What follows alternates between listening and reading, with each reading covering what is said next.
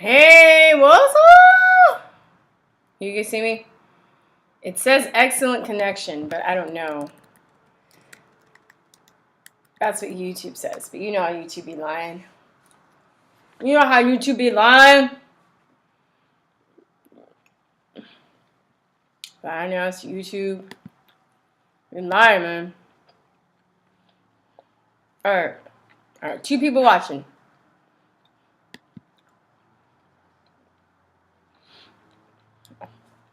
Sorry, guys, I have to multitask and eat my... Hey, Brandon, I have to multitask and eat my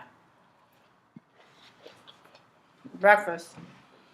At the same time, I'll just wait for a few more people to get on. If you're there, say something.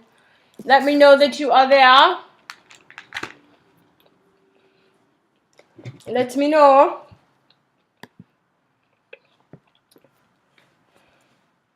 One person, what? Nobody's watching? I don't know.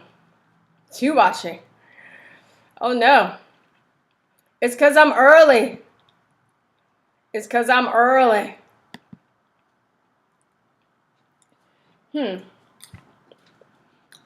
Why so few people watching? Alright, we'll just wait. Hey, Brandon. Hey, Isa. Asaya? I'm sorry if I said your name wrong. Asaya. Did I say your name right? What's up? What up? I don't know. What up sounds cooler, huh? What up? Hey, Cerebro.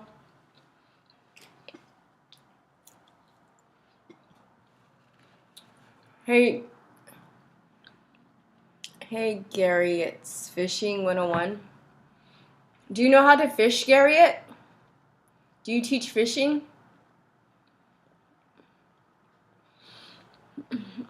Oh yeah, your name equals Siri. It probably, that's why Siri, when I was talking to you, I said your name. Yeah, it didn't go off this time because I turned off Siri.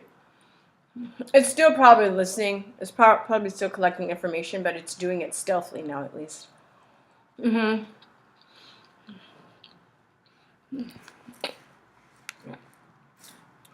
Anyway. There we go. There we go. So at least in like my wall looks a little real now, right? Because you could see where it wasn't real, and now it's like, all right. My fake wall. There should be 7 likes so far. I know, right? I mean, I'm just doing what I am gonna do as long as I can do it. It's frustrating, you know. I had 800 and almost had 900 views, and the last video did, and now it's back to 800. How did it reverse? Right? And it's like the algorithm won't let me go past 30,000, and I'm just like watching people subscribe, and then watching my, and then it just rewinds. Garrett.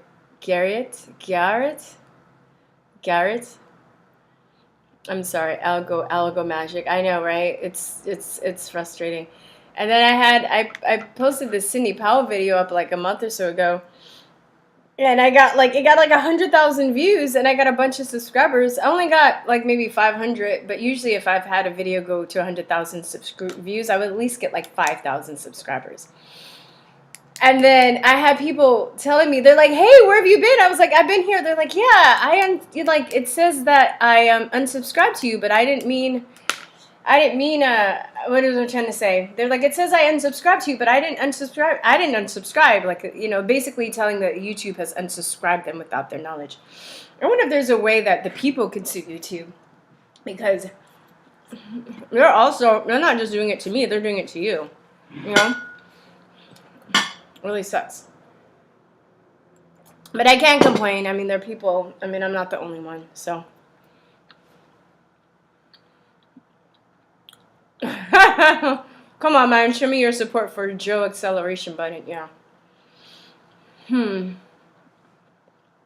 All right. Come on, man. Come on, man.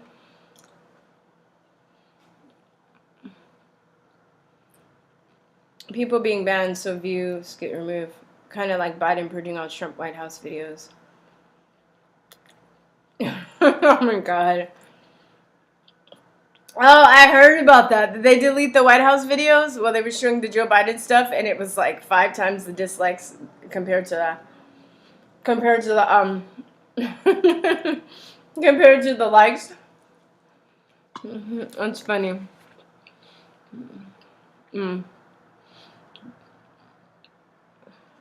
It was a good tool. All right, guys, I'm gonna do my promos right now. I'm gonna do my promos. How am I going to do my promos? All right.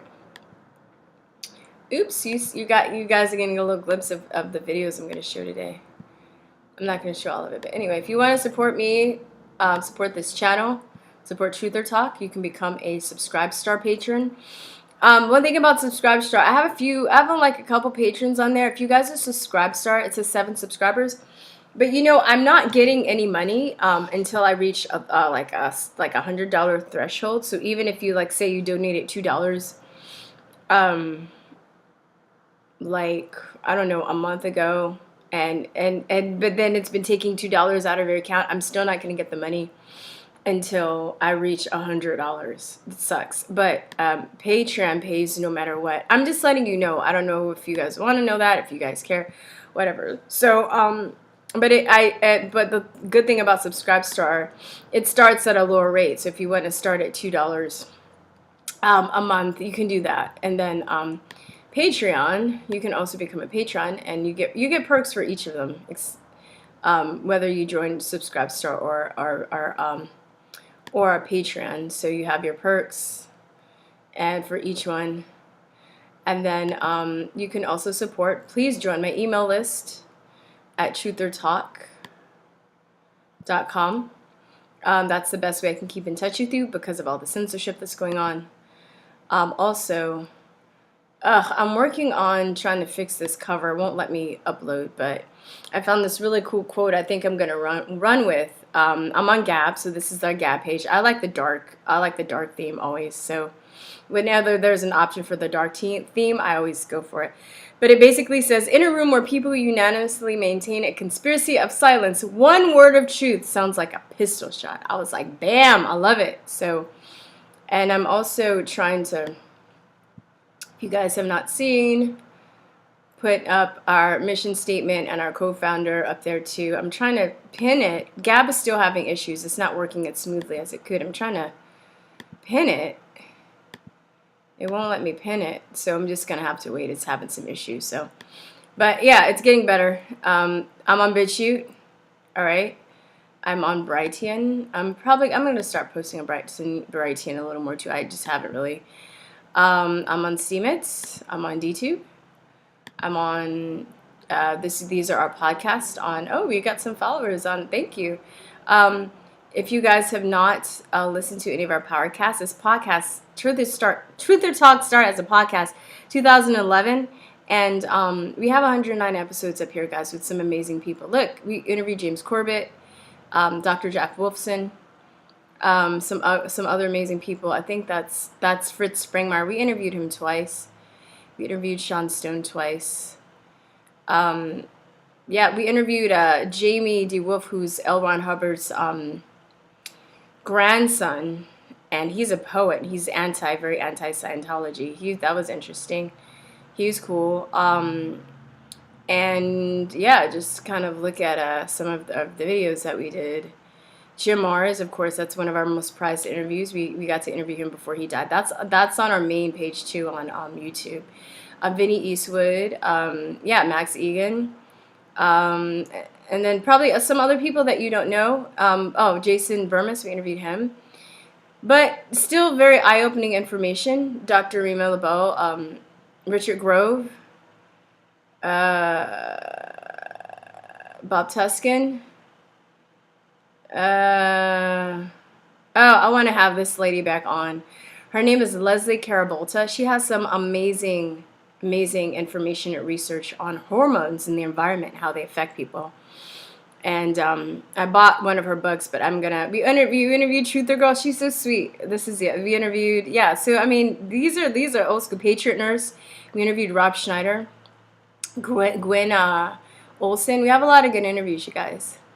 So please excuse our Chris Work before he blew up. He was like one of our first interviews. Chris Work of Chris Beat Cancer.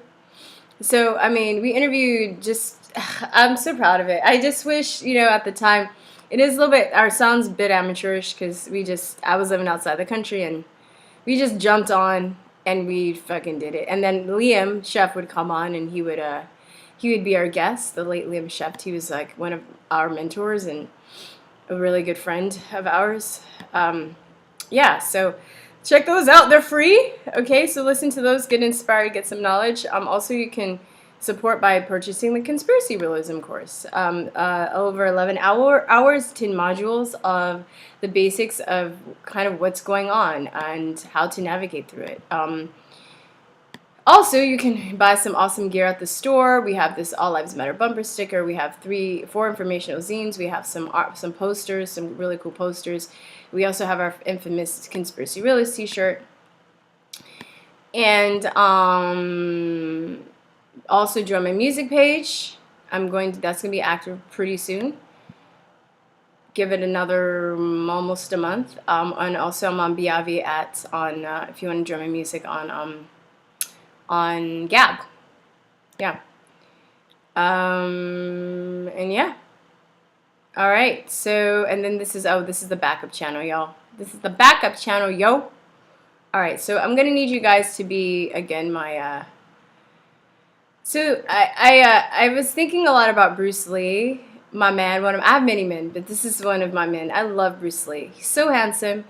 Not only was he an amazing, martial artist, but he was also a philosopher and very wise guy and very just the coolest. Like, who is cooler than Bruce Lee? Very few people, right? I just think he's an amazing human being. So he's talking about water and, just kind of like, what's going on. We have to be malleable, right? We have to be like water. We have to be flexible. We're in a war, you guys. So, I keep saying it's a war. It's not going to be easy, and it's not going to we can't just sit back and let the good guys do stuff too. We have to figure out how we can be part of the solution. So just check this out. Camera lens and explain the principle of a glass of water as it applies to Kung Fu. Well, Kung Fu, the best example would be a glass of water. Why? Because water is the softest substance in the world, but yet it can penetrate the hardest rock or anything, granite, you name it. Water also is insubstantial. By that I mean you cannot grasp hold of it. You cannot punch it and hurt it. So every Kung Fu man is trying to do that, to be soft like water and flexible and adapt itself to the opponent. I see. What's the difference between a Kung Fu punch and a karate punch? Okay, so then he actually also has a better explanation here. I'm going to play this too. He's a little older. Bruce Lee was a philosophy major, by the way. He's from Hong Kong. He was a child actor. He went to school in the States, and he was a philosophy major. So this is what it is, okay? I said, empty your mind. Be formless, shapeless, like water. Now you put water into a cup, it becomes the cup. You put water into a bottle, it becomes the bottle. You put it in a teapot, it becomes the teapot. Now water can flow or it can crash. Be water, my friend. Such a wonderful spirit. I get so like teary-eyed watching Bruce Lee and just just lamenting and bemoaning the fact that he died so young. A lot of like I feel that way about Malcolm. Okay, here's some comedy for the day, you guys. A little bit. Joe, I'm gonna let you finish, but I gotta tell you, I was the greatest president the United States has ever seen. And believe me, we've had a lot of presidents. Oh, Donnie, just go back to your Twitter. I can't. They threw me off for a stupid reason, too. They said I was inciting a violent insurrection against democracy and the Constitution as we know it. Could you believe that? Oh, come on, man. I mean, the whole election was fraudulent. We're living in a fraud. Our whole reality is a fraud. We're living in a simulation. This is the Matrix. Hey, I won this election, fair and circle. And to you, my fellow patriots, just follow me on LinkedIn, Pinterest, and Etsy, where I'll be selling handcrafted paperweights made out of materials that I stole from the Oval Office. All right, Donnie, get out of here. I thought that was silly. I'm sorry.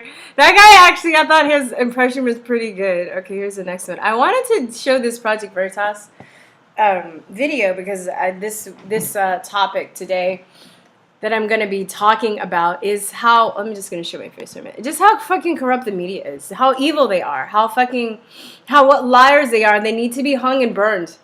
Burned and hung at the same time, like in Gladiator, what they did to his children and his wife. That's what needs to be done to the media. Like, these people are trying to start a fucking race war. And I thought this is interesting because Project Veritas now is at their 330th retraction. And I'm just like, they're probably going to make it to 1,000. They're probably going to make it there. Yeah. They're probably going to make it to 1,000. And, I mean, just the points. So it's funny because I actually read this article, Bloomberg. Basically, the journalist sees James O'Keefe on a train. And he's like, yeah, he was on the train. And he wasn't wearing his mask. And he wasn't like, you know, what else did he say? He was like, oh yeah, he was speaking very loudly and didn't care what people overheard. I was like, why? I was thinking, but why should he? He's not doing anything wrong. So, you know, he's probably just working, like doing his business, you know, like a job, you know. So he's basically, I thought that it was interesting, and I was like, I wonder what really happened. And then I saw this retraction come up, and it just makes a point how the media selectively edits. He's going to go into it. So I'll just let you watch this. I thought it was pretty funny. It's another little comedy clip for today. All right, guys. Project Veritas headquarters in the infamous Wall of Shame, where the journalist reputations go to die, where journalists print corrections and updates and articles questioning our journalism ethics. That's why we have the Wall of Shame. Today's retraction, number 330, goes to Bloomberg News. The reporter's name, the byline on Bloomberg News is one William Turton. Cue the retraction theme song.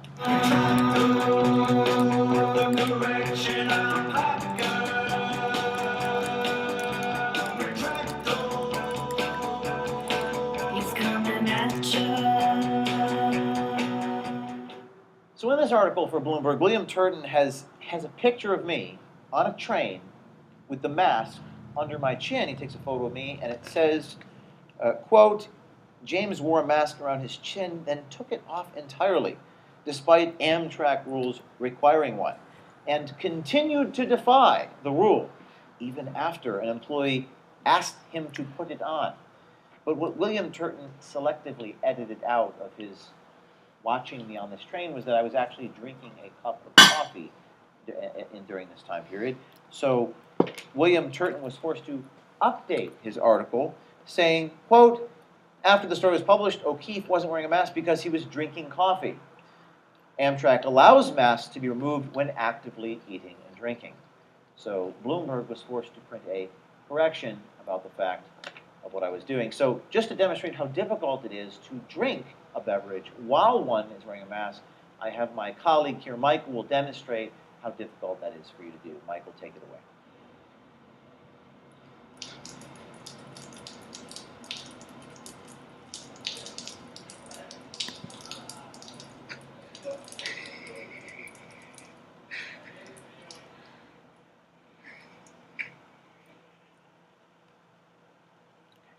But that wasn't the only thing that William Turton had to update. William Turton also writes in the article, quote, O'Keefe said he had an upcoming FaceTime call with an ABC producer who is planning to blow the whistle on. Now that's just a logical absurdity that just doesn't make any sense. It's completely preposterous. I don't blow the whistle on a whistleblower. So William Turton was forced to update his article saying, quote, O'Keefe's conversation was misinterpreted, and the ABC employee is in fact a whistleblower, someone who herself, will be doing the whistleblowing, not the other way around. Did these people graduate from high school? But that's not all. That's the second thing. There's more things he's going to be updating. The third thing that William Turton screwed up in this article was he asked for our statement. He confronts me in the train station and very sort of cowardly walks up to me and says, "I'm looking for a comment. I got you quoting you, and so I said, can I see the quotes? I'd like to see what it is that you have me saying on this train that you overheard, eavesdropped on me, and I'm fine with that because we eavesdrop as long as it's legal to do so, which apparently this was in Maryland, so it wasn't even legal, but we'll put that aside. He's eavesdropping on me, potentially. I said, can you please send me the quotes of what it is that you have me saying? And he refuses, and you can hear my interaction with him. I think we have a recording of that. Let's play a little bit of that recording. I'm asking you to comment on the comments that you made on the Here's my statement to you. Please send me the quotes that you have of me so I can properly comment on them. Maybe you can put that in your article. All right? I've asked you to send me the quotes that you have of me, and I will give you a comment. I think it's unethical if you don't send me the quotes. That's what I do. But I want you to send me what it is that was said by Project Veritas, and I will comment on it. So I send him a statement, and the statement, you can see it on the screen here. Our sources and viewers depend upon us to show up to work. We're an essential business. And I write, millions of Americans have a right to know and rely upon us to get information they cannot get from traditional media, as evidenced by your own in-person reporting on the train. You're a journalist. You're showing up in person on the train with me. So I put that statement in there, which is pretty relevant because his article is about, I guess, the fact that I want my employees to show up to work as journalists. And he's trying to make the argument that I suppose I'm cruel for requiring or forcing our investigative reporters to show up in person. So I send him the statement as evidenced by your own in-person reporting, which he omits from the statement that he puts in the article. He excludes that portion because it doesn't quite make him look good. Again, this is the kind of selective editing they accuse us of doing. Mr. William Turton does himself. Finally, Mr. William Turton writes, quote, at the end of September, unsubstantiated claims by O'Keefe's organization about ballot harvesting, shared by the president and his son. Unsubstantiated claims about ballot harvesting as of this filming. Yesterday, the Attorney General of Texas has arrested one of these ballot harvesters for what she said on tape, and you say it's unsubstantiated? Does Will Turton have any substantiation for his claim that our videos are unsubstantiated? Rodriguez was arrested by the Attorney General for buying votes, and you report that it's, quote, unsubstantiated. Where is your substantiation for the claim that the videos are unsubstantiated? Do you just make shit up? Do you have any evidence for your claims that it's fake? You're acting in willful disregard for the truth if you don't correct that part. You've already made, like, infinity corrections. You might as well just add one. All of this could be avoided. Every bit of it could just be avoided if you just did your job, if you stuck to the facts, if you didn't project onto me that which you were. It's a Freudian thing. Some would say a sign of mental illness. Stop accusing others of doing that which you do. Unsubstantiated. Your whole article is unsubstantiated. You misquoted me. You didn't ask me for fair comment by providing the quotes that you attributed to me. You did not see the cup of coffee that I was drinking.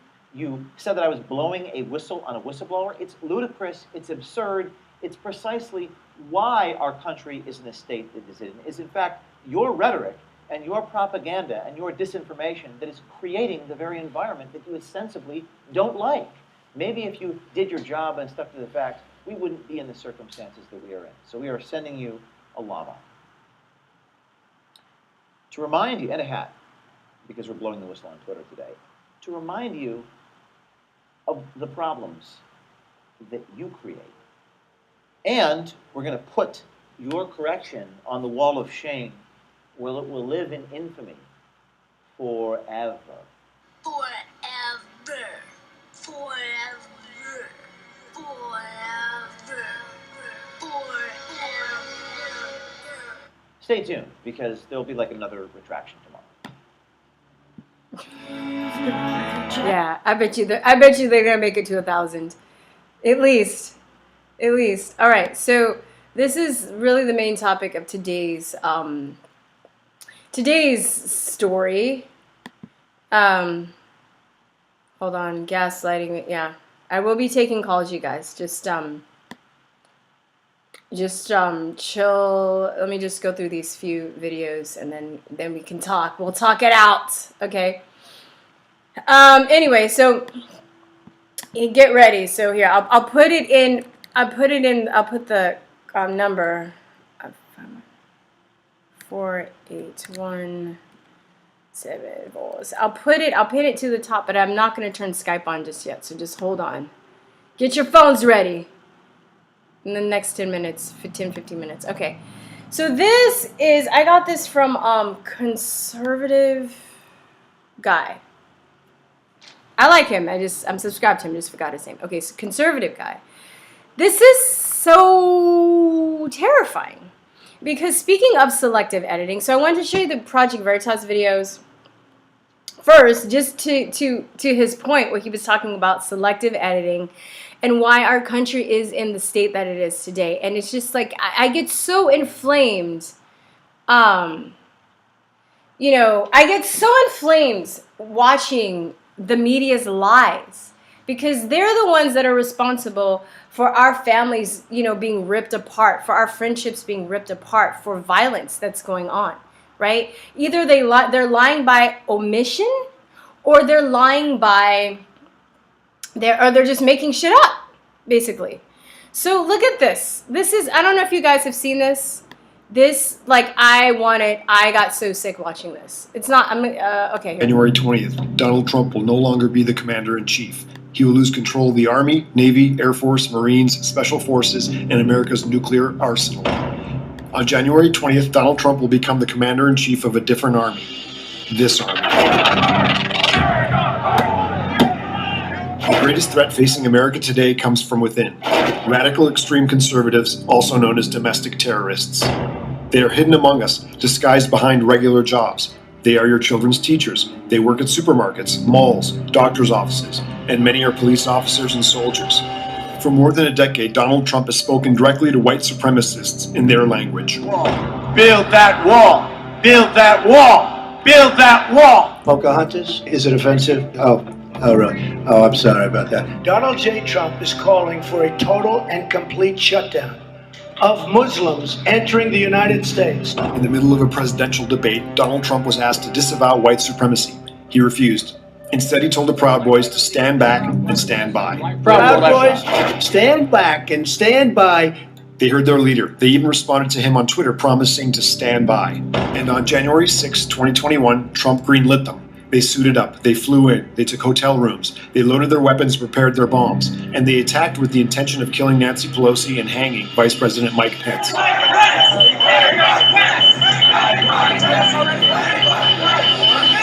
They were vocally saying, "Where's the speaker? We know she has staff. They're here someplace. We're going to find them."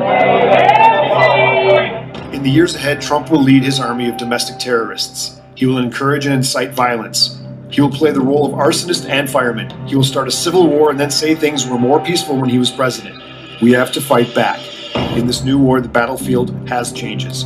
Computers can be more valuable than guns. And this is what we need now more than ever, an army of citizen detectives. I'm proposing we form a citizen army. Our weapons will be computers and cell phones.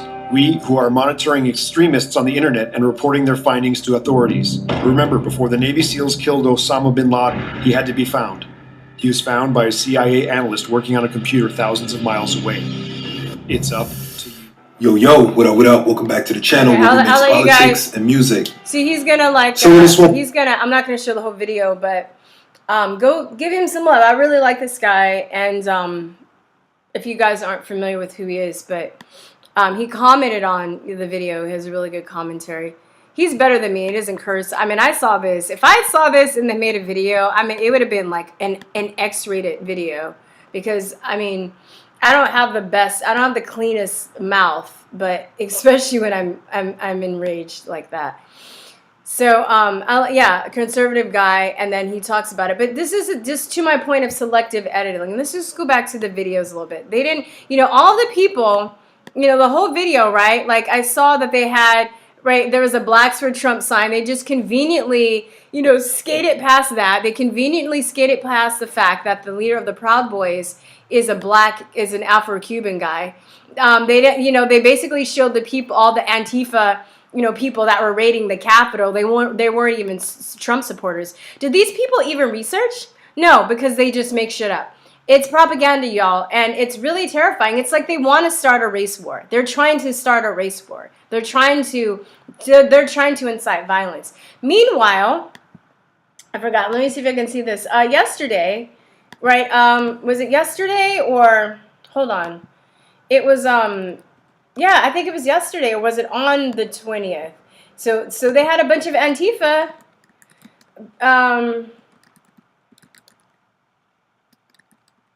that went and like caused violence in here. Right? This is and their boy's president. So it's like, what? They're doing more harm. Hold on. Let me just put this on. They're doing more harm than we are. I mean, than they're accusing us of doing, right? They're burning the flag. Okay, they're burning the flag. These people, they're going to get...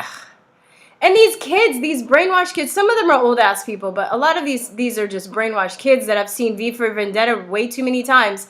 Or they play video games and shit, and they're fucking LARPing. Look, they're going around bashing, like smashing windows of businesses and shit. I guess this is some, this is the Democratic Party headquarters. Why are they doing that? Isn't that their people? Isn't that who but like now all of a sudden they're doing the Democratic Party headquarters. All right. I mean, I don't agree with that. I don't like the Democratic Party, but I don't agree with them going and causing violence. And, there are people that work there. There are people that could have gotten hurt. There are people that have jobs there. I mean, and this is less people, by the way, this is less people that were at the Capitol. And they've caused more violence and more damage than all of the hundreds of thousands of people that were at the Capitol that day. This is just ridiculous. But, you're not hearing this, right? They're not calling this insurgency. They're not talking about the violence. They're not talking about, when they were burning down police precincts and stuff during the George Floyd riots and shit, where they were like shooting people. They don't report on the people that were shot and killed because they were Trump supporters, right? It's insane. Oh, okay, so this was on Inauguration Day. Look at this shit. Look at the violence these people are causing. Yet, we go and peacefully protest at the Capitol, and, we're like the violent ones. These people, these fucking assholes. These fucking assholes. Don't get me started, y'all. Don't get me started. Where are we? What's the next video? So I wanted to show some, they're trying to talk about Trump's army and shit. Right? And they're just showing white people, conveniently, right? Conveniently just showing white people, white men, right? Not even the women, not the gay people, not the black people. I want to show you guys something. There's this page called, speaking of Bruce Lee Be Like Water Media, they have a really good, or he has, I think the guy's Filipino. I saw what he looked like. He looked like he was probably Filipino. They have a really good videos of people of all races, all the Trump rallies. If you guys want to go and maybe copy some of those videos or look at this page, I'm going to play some clips from that. I love about the Democrat Party. They always put their foot in their mouth. They always expose themselves for the racists that they really are. Well, they call us racist. They're always saying that we're the racists. Right, yet exactly. Still, when you look at the situation, they're the racists. They're always projecting their... Man, you better get over here, man. Act like you know somebody. I'm trying to tell you we're marching in 10 minutes. Oh, shit. You know what I'm saying? We're talking about Chesley Handler. 50 Cent came out, right? Yeah. And she's like, Chesley, like, hey, 50, don't you remember? Yeah, no, Come no. over here, Dave. So Dave. So here again. It's because you're black, you cannot support the president. Because you're black, you have to think a certain way. Yeah. Because you're black, you have to do what we tell you to do. I'm sorry, Master, but we ain't doing what... I'm sorry, Master. And then I apologize, Master. And then we do a little jig for you, Master. Get out of here with that foolishness, and then they call it internalized racism. Right. Like we don't know any better. And you know we what? are just traitors You know to what our the race. left always says? I can speak for myself. The left always says white privilege, and these guys are racist, but every time I hear racist comments, it's coming from the left. Right? Like, come on. You know? So they conveniently leave people like that out, and there are many of them, not just these 4 guys, right? There's tons of black supporters. Now, they don't talk about, you know, all the, I know there was somebody said in Uganda too, but they had a huge parade in Nigeria, you know, Japan, other countries that love Trump and love America and that are very, you know, pro-America.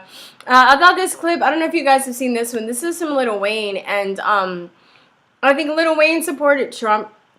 He's a patriot, and I think, you know, right after, like, he went and visited Trump, they conveniently found some charge on him and tried to have him arrested and put in jail. So before Trump left, wherever he is, he pardoned Lil Wayne. But I thought this was really interesting because Lil Wayne is not buying. He's one of the very few rappers that is buying into this racism bullshit. And look what he has to say. If you guys have not seen this really interesting story. At the age of 12 years old, I shot myself. Oh, sorry, hold on. I was in the house. Police knocked on the door. Hold on, I didn't put the video up. Okay. At the age of 12 years old, I shot myself. I was in the house. Police knocked on the door. I was right there. They knocked the door down. Everybody jumped over my body to go get the guns and drugs and whatever they could find. It took one guy to stop right there and cuss everybody that hopped over me out. Like, what the f*** are y'all doing? They said, oh, no, we was going to see if it, what the f*** are y'all doing? We called the ambulance. An ambulance, do you not see this kid on the floor with this hole in his chest? He said, you drive. Pick me up. Brought me to the hospital. He didn't drop me off at the ambulance and say, you take him. He brought me to the hospital room and made 2 and stood there and waited till the doctor said he's gonna make it. He said, don't worry, my name's Uncle Bob. He was white as snow. Them that hopped over me was blacker than me. Was he a cop? Yeah, he was a cop, and my life was saved by a white man. I don't know what racism is. I know a good one named Uncle Bob, though. I think that's awesome. That's an awesome story, right? But they want us to buy into this racism shit that it's destroying our... They're the ones that are creating it. The media's the ones that are creating it. Another one. This is Daryl Davis. I mentioned him in the video the other day, and I could not for the life of me remember his name. And you guys helped me out in the comments, so thank you. But we'll look at this. That I was not freeing my people. Hold on. Or how many opportunities you are presented in life. In the movie, Kwame here stated that I was not freeing my people. Well, I consider everybody in this room, the Klan, neo-Nazis, whatever, they're all my people. And granted, some of our people are deplorable, as Hillary Clinton might put it, or whatever other names, and some of them will never change. But we have an obligation to make this a better society. When Kwame first met me in the parking lot where he and I were handing out bags of lunch, he made the statement, I understand that you're the first black Klan member. If I were him and somebody told me that this was the first black Klan member, I too would have a defense up. Like, what on earth? What is wrong with this guy? Why would he join the Klan? I think his defenses were already up. And that began to escalate. If you see in the first clip, you notice when he's like, it's better I have it. And I'm still taking it in. Like, this dude really goes around collecting Klan robes. And then by the time we sit down, the whiskey sours had set in. That scene that was actually edited, I guess this is the PG-13 version. Yeah, because it got a lot deeper. Actually, no, the scene, we were together for about, maybe an hour, a little bit over an hour. Yeah. It went from A to Z, trust me. But you couldn't put the whole hour in the movie. So you got an idea of what was happening. At the end of the day, I was called all kinds of names. On the film, I was called don't act all holy. Hold on. But here, I was called a pimp in a pulpit, I believe. But at the end of the day, though, I tried to shake everybody's hand. I even tried to shake the people's hands who I called ignorant. I'm all good with it. Because I'm going to continue doing what I do, and I hope Kwame continues doing what he does.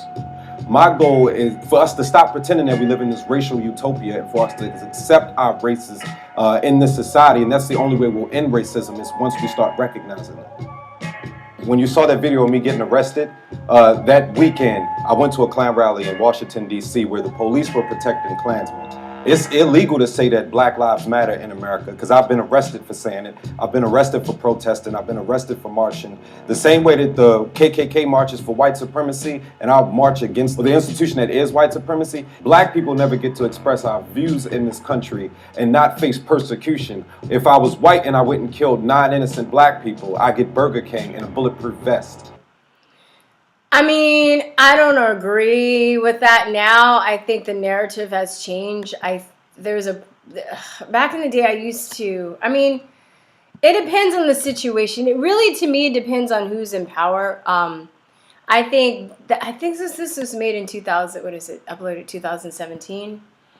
Now the narrative has changed. It seems like it's trying to protect Black people more and trying to turn the tables on white people. I think there was a time where it was the other way around. And this is what I was talking about in a video that I did where, I watched the media just like lie and make shit up about Black people all the time and make us the bad guys and stuff. And now I see the media turning it around and now it's doing it to white people. I'm like, oh, this is familiar because it was done to me. It was done to, it was done to me, So I just, I didn't watch this whole clip actually. Accidental Courtesy. I think that's the name of the documentary about Daryl Davis who gets the Klan robes and he collects them. But I thought it was interesting because if you see the movie, that dude and the dude that's standing next to him, he was really hot. He was really nasty. And I came across this clip because I actually saw that he had humbled himself and they're actually now getting along and he actually seems to respect Daryl Davis. And I think that it was really inspiring because, like I said, if you see the movie, like this guy in the movie is worse than the Klan members that Daryl Davis interviews in the movies. His attitude is like horrific. So now they're kind of at a point where they have a mutual respect with each other. I think he's getting to see what Daryl Davis is doing. Okay, I think I have two more. Yeah, 2 more short clips. Okay. I don't think I'm going to play all of this. But, of course, they selectively edit this, too, when they're talking about Trump's army. And, they don't talk about the other people of color, Asian people. Very patriotic today. Why are you in the Trump rally? Because I support Trump. He's not a racist. He loves immigrants. I'm an immigrant. So, yeah, 4 more years. Trump 2020. Why do you feel like a lot more Asian Americans are going to the side of Trump? Because he is not a racist. I'm telling you, he's not. Because I wouldn't be here if he was. Not only am I Asian, but I wasn't even born in this country. Where were you born, ma'am? I was born in Taiwan, and my father escaped the communist China back when Mao was there and Chiang Kai-shek ran over to China. Do you feel like this government in California are leaning towards Marxism and communism? Well, they're sure having a lot of control, trying to control us, where we can go and what businesses can open and for how long. Yeah, I would say that. Do you feel like the Joe Biden and Harris side have any chance of winning this year? Do you guys have any opinions on that? I don't think so. Only if they cheat. Only if they cheat. You gotta go out and vote in person. Tell us to vote in person. I don't think so. I mean, I don't think I just don't think he's capable. I mean, I feel like he's probably nervous. I mean. Okay, I'm just gonna show this last clip real fast. So this is some more Asians and some LGBTQ. Around the world, not just in the U.S. because it's already not criminal here, but around the world where people are getting killed for being gay. Like that is so important. People don't talk about it. People don't talk about the positivity. They just shove negative, evil narratives down our throats so that we become divided. We become put in boxes based on labels, race, gender, sexual orientation. When at the end of the day, we're all humans, and that's the most important thing. What we should be doing is spreading kindness and love and positivity, not hate and separation and disgust and division, and I'm sick of it. And, you know, since coming out as a Republican, I've lost so many friends.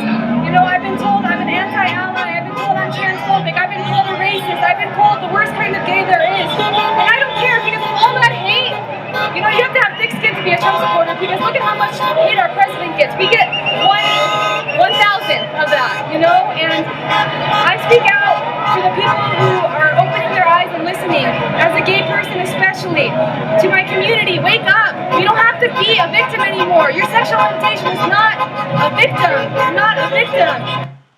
Right? So they're not like, and then this dude, I don't know if you've seen this video. I'm not going to play the whole thing, but. All right, y'all, so I'm back. We up here registered. So this guy basically got 7 million views. It was really good. I'm not going to play, but I was voting for Biden, but this changed my mind to Trump. This video, dude, it was so good. He breaks it down really well. But you know, of course, they're selectively editing those people, right? And they just want to believe. They want to you know, make it so, you know, this army of Trump, you know, as these evil white, like, you know, supremacists that are like frothing at the mouth and this, like, that are out for blood, and they just conveniently admit those people. They can, you know, admit people like me. They admit all the multi-diverse people that you know, watch this channel, and it's pretty scary. I don't know, you know, how, because I think more than half the country voted for Trump. I don't know how much they're going to be able to get away with. But, you know, the technocracy is still very powerful. And what there really seems like they're doing to me is radicalizing these pussy-ass, beta bitch-ass nerds that, you know, are brainwashed. That, you know, like my friend said, if you can convince these people that the leader of the Proud Boys, who's an Afro-Cuban, is a white supremacist, there's probably no hope for them. Maybe. I like to think that there's still hope. But I just, you know, so what they're going to do, seems like they're going to use their technocratic powers to intimidate these people. I mean, to use their army, their technocratic army, to intimidate other people, right? And get people to turn in. It's straight up like Nazi Germany and, you know, Romanian times when Ceausescu was in power in Czechoslovakia, when Václav Havel was in power, and, you know, all of these, anyway. All right, guys, the phone lines are open. 512-481-7464. You know? 512-481-7464. Yeah, so,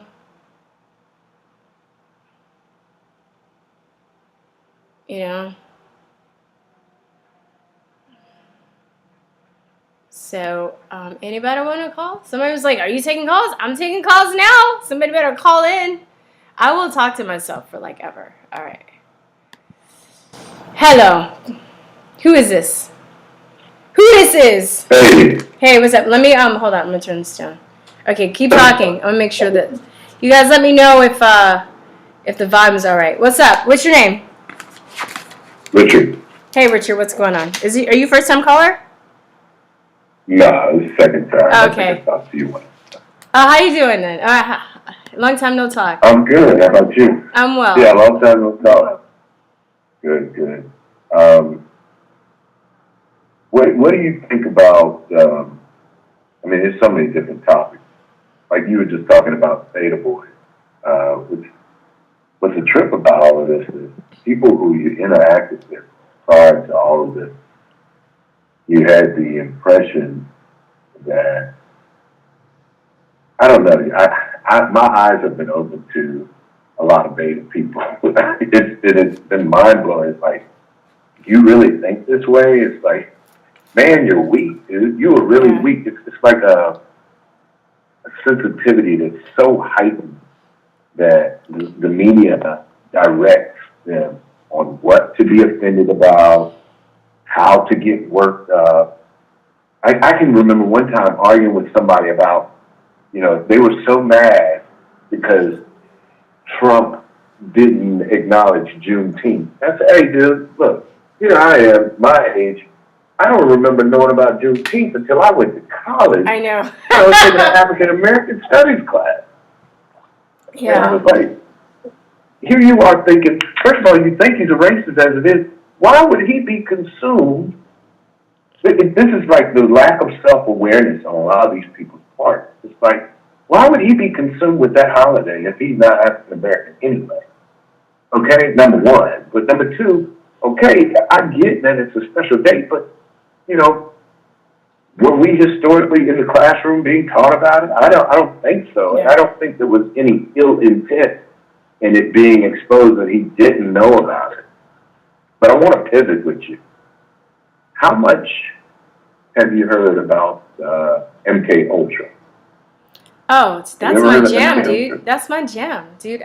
Like I'm saying, I've been doing this for 10 years. I know MK. We interviewed, you know what you should do? If you want to go back and listen to our podcast, I'm doing a shameless plug. I don't remember the episode numbers, but we interviewed. That's great, because I was listening again, and I was like, wow, she had a podcast. I will. Yeah, Fritz Springmeier.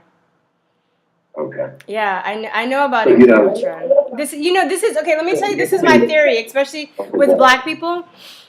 So, in order for you to make an MK Ultra slave, you have to traumatize people, right? Basically, if you listen to, and not just I'm directing this at you if you're not aware, but people are listening.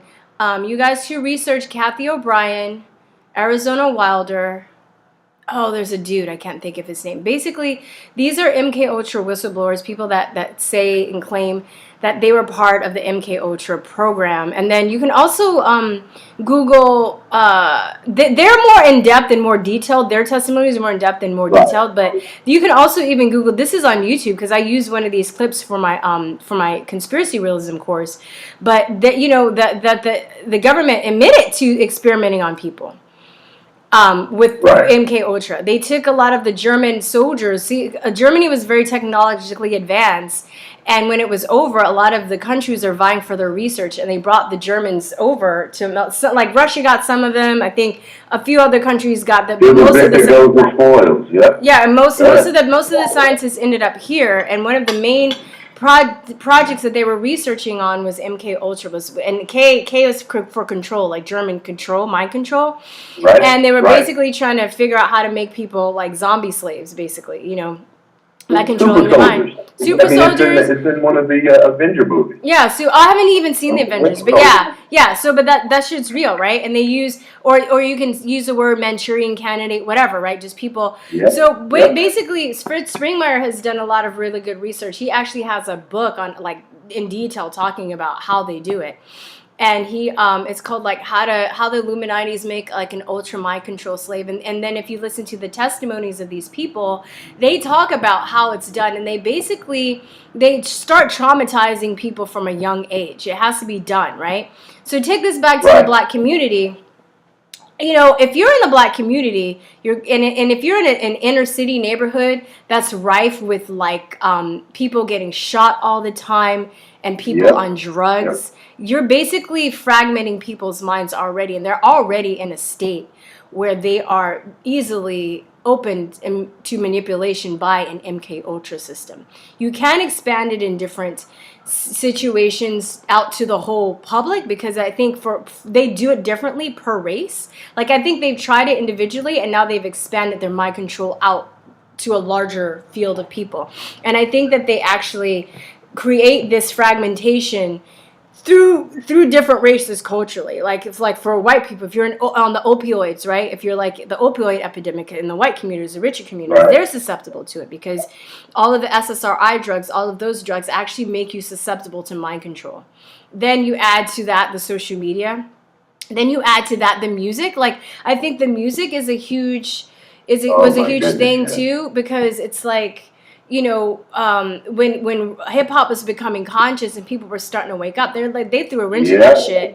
So they're like, no, we're gonna have you rap about killing people. It was intentional. They had meetings about it. They told the executives to invest in the prison complex industry, because they knew they were going to make a pivot. Like you said, we were socially conscious in our lyrics And then all of a sudden it just went straight, strong with all of this. I mean, there were guys from my neighborhood, great families, and all of a sudden, oh, he got popped for selling crack. Yeah. And we know that Satan, when he was in heaven before he was thrown down, he was the ministry of music. He was in charge of the music. Music is powerful. That's what I'm getting back into music, dude. Because music can change your DNA. It can change your soul. Absolutely. Like, you look at kymatics. Absolutely. You know kymatics?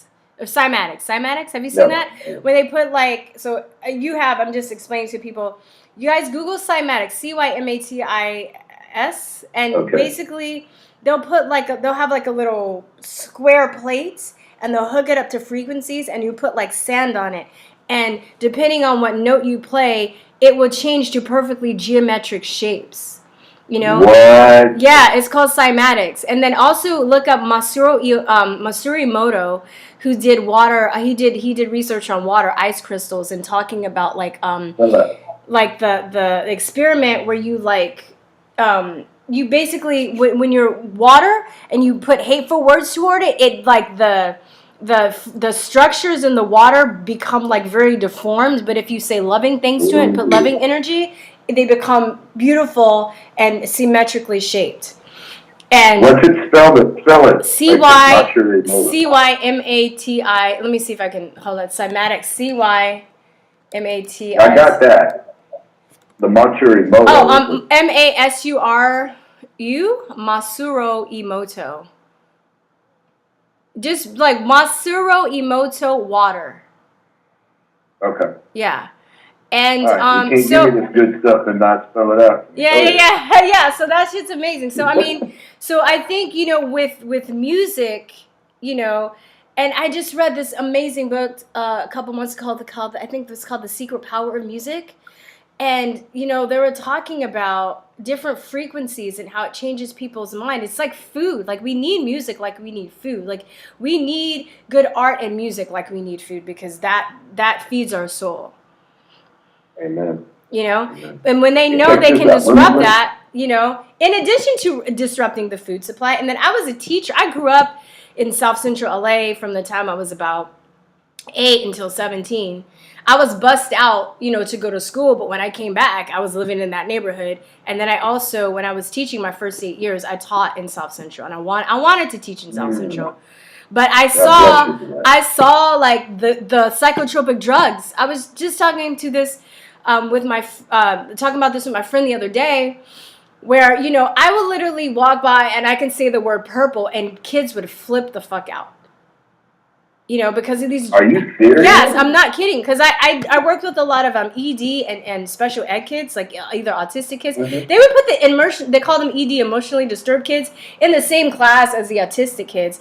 And some of the classrooms would have to have they were called like one-on-ones, but basically they were bodyguards that basically, in case the kids flipped out, they had to know how to like jump on them and subdue them. Oh wow. So, and then now that I'm out of that situation, and I know a little bit more about like a lot of the pharmaceuticals and all this other stuff now, I'm like, that's what that was. Because I'm just a teacher. You know, I had this one kid, he was like 7, and I did reprimand him because he did something bad. But next thing I know, he picks up a box of scissors and starts throwing them at the kids. And I literally had to pick up a textbook, my way across the room, and jump on him and sit on him until his help came. You know, like. All right, show off your muscles right quick. Let me see if you were able to hold him down.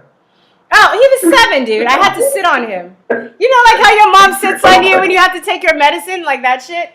I had to sit on his arm. Let me inject this, because I didn't think about the MK Ultra from the angle that you took. Right? The angle that I'm referring to is in that video. The guy was pointing out that a black person can't go into a church and shoot up everybody and then get a hamburger. And I believe from that moment, obviously there were other incidents like the Batman shooter, the one up in New York, that this shooter, the reason they didn't have their guns drawn when they found him in the car and asked him did he want a hamburger, is they were answering to higher ups who told them, look, we've got to reevaluate him. This is our asset that we have put out here to do this deed. Yeah. Because you think about it. all of the extra stuff that came about from that. Obama comes down and he starts off singing Amazing Grace in the church. And he, it was a ploy to pull at the strings of the black community's heart and to make it show a different way of doing things. But the big problem is the elite circles that are infiltrated all throughout the sheriff's and police departments, where they answer to folks who tell them, oh, no, this isn't how we're going to do this. Because in any other case, if this dude was not an asset, their guns are drawn. Yeah. Asking him, get out of the car. Think about it. Yeah. All Plus, the videos look at his eyes, though. It looked like he was drugged up or on something, too. Absolutely. He was just like, his eyes are like never like, I'm like, did he even blink? Like, it didn't even like he could blink. He was just like, his eyes were just so dilated and just, Yeah, Check this out. Let me give you two more things. I know you probably got callers. Listen. The helicopter crash that went down upstate New York, all right? Those were National Guardsmen. Now, I listened to one other guy, and you probably heard of him, Jay Smith 4.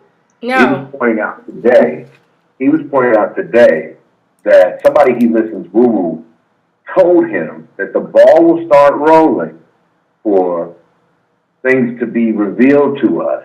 Where Trump is not, we're not done with our great president. Okay? I know.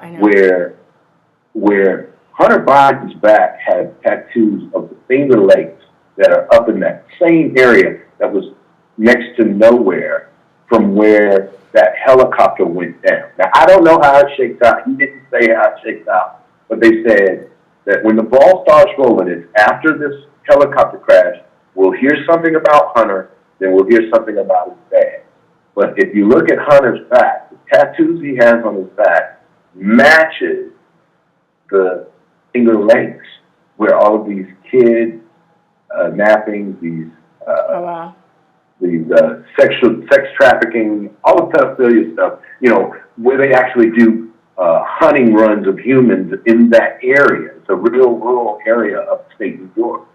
So I don't know how it's going to shake out, but I think it's interesting. And one website that he gave is www.ebh.club. E is in Echo, B is in Bravo, H is in Hotel.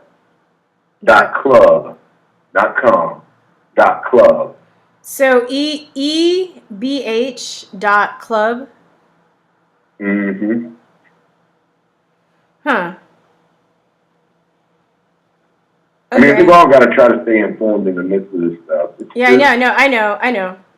It's mind-boggling. I mean, they want us to believe that all of this is done, and that here they're talking about rounding anybody up that doesn't agree with them and reprogramming, deprogramming. I mean, how evil? How irresponsible. It's dangerous. I mean, people that I've had dialogue with that haven't always been fluffy and comfortable, now they're telling me that I'm just as responsible for the breach that happened at the Capitol because I supported Trump. What a leap. Yeah. What a leap. Yeah, and with all their fake ass and it's Trump supporters anywhere, so even is it real some Trump supporters? Exactly. And then you try and send people the evidence, and they're just like covering their eyes out. I don't want to see that. Oh no. Like, what? Like, for real? And it's just, I mean, I think that the most heartbreaking thing is the fact that they've turned our friends and families against us. Yep. And that's the thing that I hate. You got somebody in the comments that says that the Hebrew comment, the tattoo on Hunter's back are Hebrew letters, but they don't tell what those letters say. And then they go back and say it says Shalom, which I strongly doubt. If you look at the pictures superimposed right beside each other, it looks like the Finger Lakes. It's probably some shield that's with the government watching your show. Truth Talk ain't no joke. I don't know, man. Thank you. Yeah. But I love the show. This won't be the last time I reach out. Keep doing what you do, okay? Thank you so much. Okay, you too. Have a great day. All right. Bye-bye.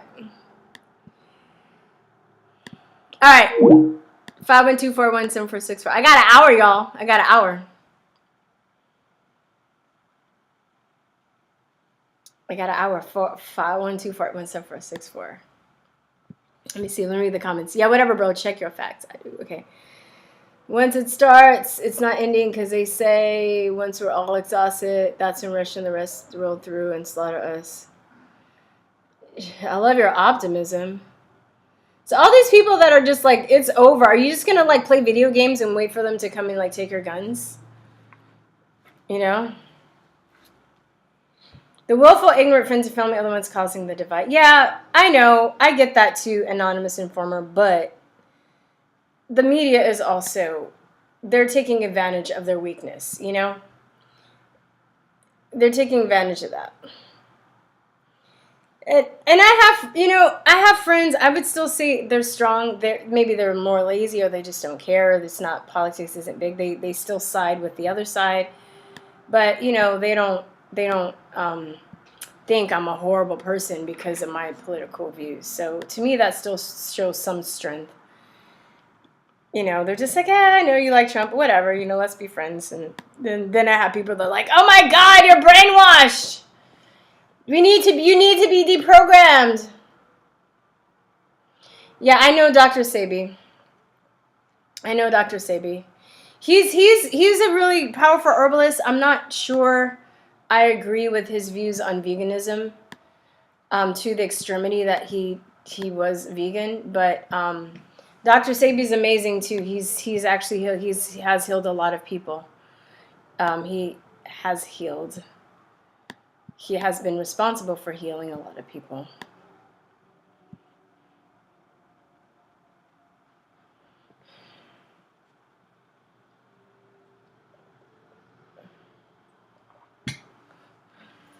He died in a weird way. Yeah, the people that said that he died, they think that he died because he was too vegan, and he died of malnutrition. That other people said that he was murdered. I don't really know the whole story with that, but all right, guys, I'm waiting for calls. He died in a weird way. I'll make another announcement too, but next Wednesday, I won't be doing a 10 o'clock a.m. show. I'll probably do it a little later, probably like 12. I have an interview. I'm not going to say who. Somebody special, somebody awesome. I have an interview with this guy, this person, and I had to rearrange my schedule to make sure that, to make it convenient for him. So it happened to be around the time that I do the live shows on Wednesday. So Wednesday, I'm most likely going to be doing it around 12. 12 works. Does 12 work for a lot of you guys? You know, is 12 better for you? I might see if 12 is better, then I might move it to 12. We'll see how many people I get. Dr. V, yeah. I'm not going to say. I do my interviews pre-recorded because I like to add clips and I like to do commentary. And I like my interviews to be a little more personal. So I'll let you know next week after I finish recording, and then I'll do the previews and then you can see. How about that? 512-481-7464. Somebody said you tried calling. What happened? 512-1512-481-7464. Other dude got this. Somebody else got through. I don't know. I paid my bill, so I don't know.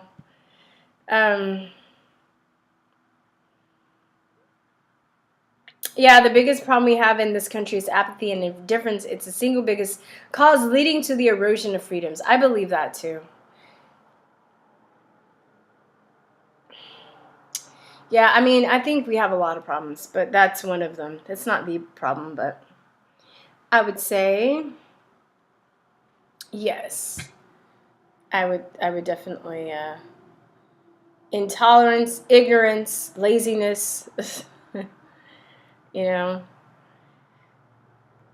as I was talking about with A Brave New World in the 1984 video I did, I think it's A Brave New World over at 1984. And the reason I think that is because right now I feel like people are being more controlled by their pleasure centers as opposed to by their fears.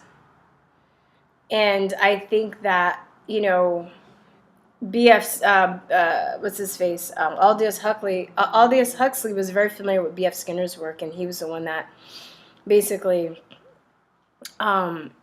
made you know, did the experiments with rats and basically talking about like how to he basically figured out how to control them through pleasure and not through fear. And because, you know, everybody's so consumed now with like porn and with like, you know, all this food, and we have all this junk food, and we have the ability to order stuff, and we have instantaneous gratification, and we have all kinds of TV and streaming, and, you know, all of this at our beck and call is basically, you know, subduing us. Operant conditioning. Is that what it's called, Brandon? Operant? I'm going to write that down. Operant. I've heard that word before, but I think so. Oh. Operant conditioning, you know? Is MAP the politically correct way for pedophile? I have no idea. 512-481-7464. If nobody calls by 11:30, then I'm going to bounce. Because, I always say that. And I'm like, and then somebody calls. They're like, all right, I'll call. Hi. Who's this? Oh, would you mind? Would you mind turning the YouTube down? Turn the volume down on YouTube because I can hear myself. Okay. Turn the volume down on your YouTube. Is your computer on? Yeah, I'm killing it right now. Don't kill it. Better? Don't kill it. Just put it in a coma for a minute. What's up? What's your name? My name's Eric. I'm calling out of Pennsylvania. Oh, what's up, How you dude? doing? Yeah, are you a first-time caller? I am. I'm new to the channel. I like what I'm hearing. What's up, dude? So you're from Pennsylvania. What, you don't have to tell me the city. You say Pennsylvania, it's fine. I'm new, and I'm behind, that's what it is. Hang on, I'm gonna put, okay. There we go. Hang on. You can hear me? Yeah, I can hear you. Oh, just, okay, can you not? No, I don't know what to talk about. Well, hold on 1 second. Just turn the volume on the computer down. Because I can still hear myself. It's completely down. Okay, I don't know. Okay, maybe you're just listening to the phone or something. I don't know. Okay, Maybe my phone? I don't know. Hey, I'm sorry. I'm doing... It's okay. Is that better? Let me hear... Okay, I just took my coffee. Okay, yeah. It's better. It's fine. Okay, I don't know. I'm a little worried about Biden being president now and the defunding of the police. Well, who's getting defunded? You know, I heard a lot of no more cops in schools. All the wrong people are being defunded. Like, the cops aren't being defunded in the slightest. They're just, I don't know. We're being told one thing. I know people who are cops around my area, and they're overworked and want to quit their job. Because they're not getting a lot of help. Yeah. Yeah. Like in my location, I'm kind of in the suburbs. Used to live in the city. Mm-hmm. We have like 4 police departments within less than a mile of each other, and they don't help the city. They just stay here, sit in the suburbs, and everyone's quitting their job in the city. That's and crazy. The city's getting worse and worse and worse. You know what they're probably going to do? They're probably going to have private companies try and hire the police people. Pay them more. Play them more. Yeah, that's probably what they want to eventually do. Yeah, I mean, I'm new to the channel. I like to be informed, and you do a great job delivering it. And I've been down some scummy sites. I'll tell you where to stay away from on YouTube. Probably the most racist man on YouTube. I don't understand how he's still able to function. JB Gunner TV. Check him out. JB who? And you'll be like, JB Gunner. Oh, dude, I'm cool. Like, I don't need to be watching no crazy. I'm good. I'll take your word for it. I've never heard of that dude. I'm good. He's this mountain man hiding in Georgia who makes racial epitaphs every day. Well, I mean, of course. To go on? No, I'm saying he made this video about these two black women fighting over the last PS5. He labeled them with their weaves as, look at all, I wonder how many horses had to die to make that weave. Look at that horse's ass head. And I'm thinking, how is this guy allowed to say stuff like this? If some white dude, like down below where I'm at, was going around saying that, people know who I am. I was gonna ask you. So he's like that. Is he black? I wouldn't. He's white. He's as white as snow. He's a hillbilly. You know what's funny? Inbred. I don't know what his problem is. He don't like black people. You know what's funny though? Like, I've heard black people say that about other black people. I mean, it's not funny, but I mean, it's funny, I guess, but it's ridiculous. Well, I mean, I just don't give people who talk like that. Yeah, I know. Like, but I mean, there's a guy that, you know, I'm not going to say his name, but he basically, all his YouTube channel is based on is attacking other YouTubers. And it's like, technically what he does is hate speech, and he's still up, you know? So I think that they don't care. It's gaslighting. I think that's what it boils down to. People are getting gaslit and manipulated. Imagine being 16 years old in school and you're a person of color and you're learning about slavery. Yeah. You know, imagine what that kind of look might, you know, you might look over to your white buddy and give him a dirty look or something. You know, kids think funny. They do and they don't, though, because I talked about it when I was in school, when I was teaching in school, and people know that you are, you know, look different from them, but a lot of this stuff is drilled into their head, you know? Kids don't think that way on their own. It's like they're programmed to be racist, I believe. Yep, I look at school as like a babysitter / grooming service. That's why I left. Yeah, that's why I don't teach anymore. I mean, if you're a teacher and do all that, I'm not bashing you. I don't think you're that type, but a lot of them follow orders. You know, yeah, exactly, though. But when I realized what I was a part of, I wanted to get out, you know? Like, I was being told what to taught, too. And I, you know, instinctually, I didn't like that. I didn't, like, you know, understand why. But I didn't, you know, instinctually, I just wanted to teach other things. And when I found the time where I can bring in my own ideas and materials, and I wanted to teach other things, and then I was found out that I did that and people would get mad, I was like, this is some bullshit, you know? Yeah. Like, why can't, and the kids liked it because they were just like, it was a break from the monotony of what they were being taught. And I even, you know, I told some of my kids, I was like, look, you know, I don't even get to, I'm not choosing this material, by the way. Because I think a lot of the students start to have resentment for a lot of the stuff they were learning too, because they think I'm teaching it. Like, they don't understand how it works. You know, they just think, oh, you... Don't the Koch brothers own education and choose what you're taught, what the kids get taught? Maybe. I know that Pearson, Bill Gates is has his hand in education through Pearson Education. Wow. Yeah, so, I mean, like, I'm not... I agree with the statement. I agree with what you're saying. People are just sitting on the internet complaining and they ain't doing nothing.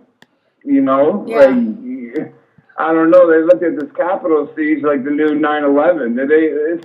Come on. There was one lady got shot. Who knows if that was even real? I think the whole thing was staged. Oh, yeah. That's my opinion. It was staged. That's not even an opinion. Like, it's like there's evidence to show that. Like, one of the people that was breaking the windows, he was actually a Black Lives Matter activist. They have footage of him breaking the windows and going in and shooting. And then, I mean, it's shooting, but like it's shooting via camera, you know.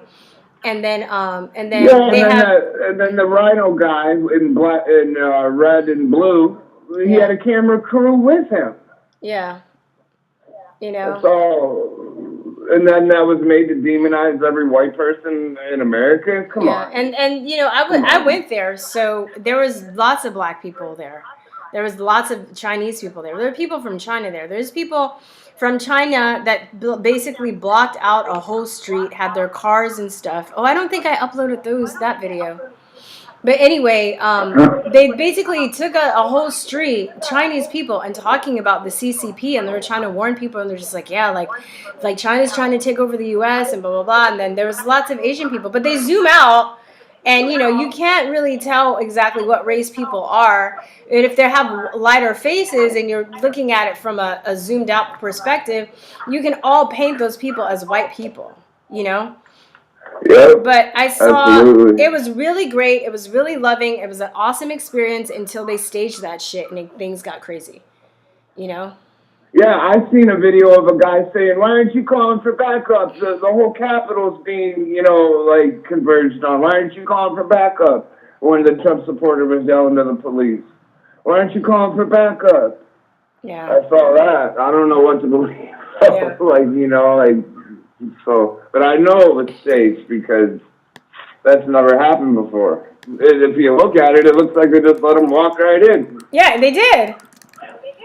There's tape of that too. So I just couldn't imagine saying, "Okay, I'm gonna go do this and storm the Capitol and get Fed case." And I don't know. And you know what was crazy? When we were filming, because I was like getting interviews with people and stuff, we were filming on the ground. They basically cut our signals at a certain point where people that were doing live streams, we were having trouble live streaming. So they didn't want other people having a different point of view. I was there longer for 40 minutes, but I think I got 40 minutes.